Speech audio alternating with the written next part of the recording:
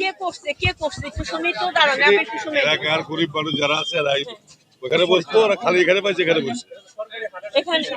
এখানে বসতে তাদেরকে অনুমতি কে দিচ্ছে? আপনি উপজেলা প্রশাসক থেকে অনুমতি নেওয়া হয়েছে? প্রতি রোববারে বসে আর কি, অনুমতি ছাড়াই বসে। অনুমতি ছাড়াই বসে? টাকা তোলা জিজ্ঞেস করে না জিজ্ঞেস করলে এখন কেউ উত্তর দেবে না, এটা জিজ্ঞেস করলে কেউ উত্তর দেবে না। আমি যে গতকালকেও যে প্রোগ্রামে বললাম যে আমি যে আসলাম, আসার পথে যে এরকম দেখলাম, আপনারা শুনছেন, এটা উচ্ছেদ করবে কে? এটা উচ্ছেদ করবে, এটা ঢুকতে দিল কি সেটা আমাকে বলে। ঢুকতে দিল কালকে তো বলছে উচ্ছেদ করতেছে। এটা ব্যাপারে ব্যবস্থা নেই। টোটাল বিষয়টা আমাদের জানতে হবে। এই এটা কার আন্ডারে? এটা দক্ষিণী আন্ডারে। তুমি এক কাজ করবা, এটা ওই যে তোমার নকশা টকশা দেখে এবং ওই যে খতিয়ান দেখে দেখো যে এটা আসলে কার জায়গা। রোডস এন্ড হাইওয়ে ওদের সাথে আমাদের কথা বলতে হবে, ঠিক আছে?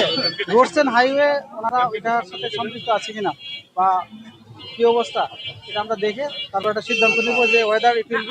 আমার একটা কথা কি, যদি রোডস এন্ড হাইওয়ে জায়গা হয়, সেটা যদি আপনারা ছিন্নমূল ব্যবসায়ীদেরকে যদি ব্যবহার করার জন্য সুযোগ দেন, তাহলে তো একটা সিস্টেমে আনতে হবে।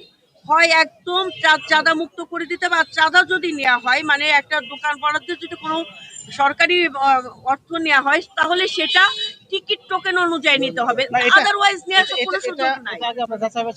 এটা আপনি মাথায় রাখেন। এবং এটা কিন্তু আমি ওই মিটিং এ আপনাকে আবার ভিতরে ঢুকে দোকান রয়েছে ভিতরে, সেটিং করার জন্য আবার আমরা যাওয়ার পরে এখানে বসাবো না। না আমরা দোকান করছিলাম, এগুলো দোকানে কই লাগবে? আগে নিয়ম ছিল করছি, এখন নিয়ম নাই, করব না। হ্যাঁ, নিয়ম যদি সবাই ঠিক মতো মানে আমরা মানবো।